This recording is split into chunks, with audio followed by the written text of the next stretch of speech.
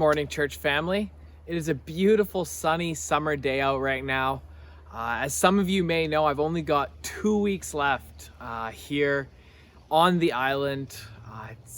The year truly has gone by so fast, and thank you to each and every one of you for making me feel so welcome here. I know this year has not been ideal as far as getting to know a bunch of you, but I hope that all of you know just how much of a blessing that you have been in my life this last year as I've gotten the great opportunity to serve. So at the end of the month, I'm going to be moving back to Armstrong, back to the Okanagan, which if you've been keeping up with recent news, things are a little scary there. There's the massive White Rock Lake fire, and I appreciate a lot of you have shown a lot of concern to me, knowing that's where I'm from, that's where my family is, and currently they're on an evacuation alert. My brother and mom sent me pictures yesterday of outside their house about 2 o'clock in the afternoon, and just the sky is just orange. It looks apocalyptic out there. It's crazy, and I'm worried for them. And worry has been something that I've had in my life a long time. When I was a really young kid, worry kind of defined my life. I was actually a hardcore germaphobe, which I'm glad I got the germaphobe out of my system when I was little, or else this last year and a bit would have been awful. And I was a germaphobe to the extremes. Like, for example, for about 2 to 3 years, I refused to eat ice cream. Because one time I had ice cream and then I was sick afterwards. And in my mind, I associated, okay, I ate ice cream, then I got sick. So therefore, eating ice cream makes me sick, and I'm scared. I don't want to be sick. So I'm just not going to eat ice cream. And ridiculous stuff like that.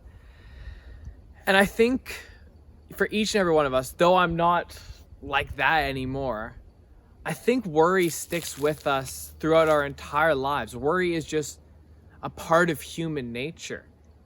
It's just when you're an adult, you're better at hiding worry. You're better at not showing those around you that you are worried. But really, what worry is being concerned about something that you don't really have control over.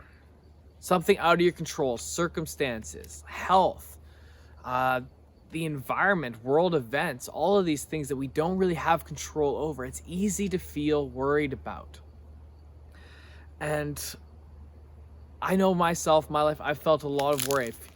If you look at world events in the news, even just this last week, there's a lot of horrible things going on in the world.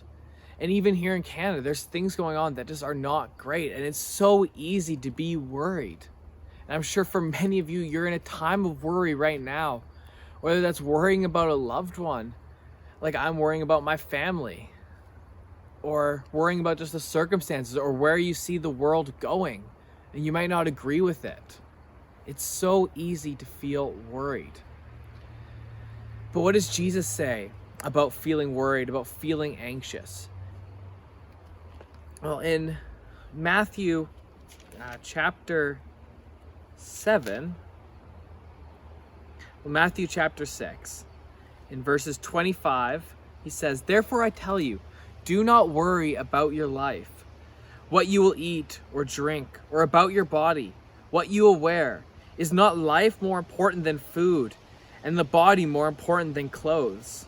Look at the birds of the air. They do not sow or reap or store away food in barns, and yet your heavenly Father feeds them.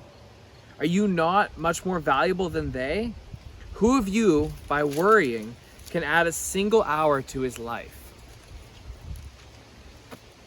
Jesus paints a beautiful picture here of birds, and I was hoping in the background we could get some birds chirping to really add to the imagery, but I don't think that's going to happen.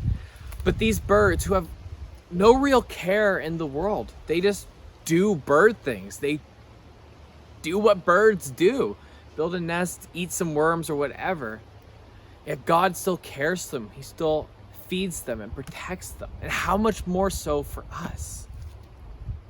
So why do we worry? Yes, it's okay to worry, Worrying is a natural response with someone you care about. And you look at them, it's like, what is going to happen with them?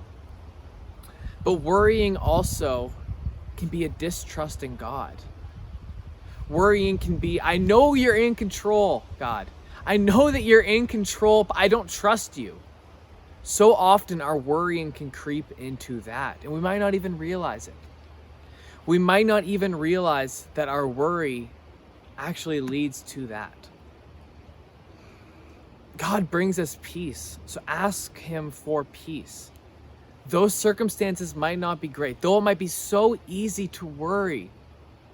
Look at the birds, look at the animals, look just outside and just the world around us and how everything is still held together by God. And we can see God's intentionality and God's love in it. And how much more so for you in your life.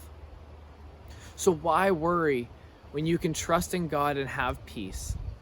And trusting in God doesn't mean that the problem's going to go away, but it's trusting in someone who has complete and total control. Someone who loves the birds. And if He loves the birds so much, how much more does He love you?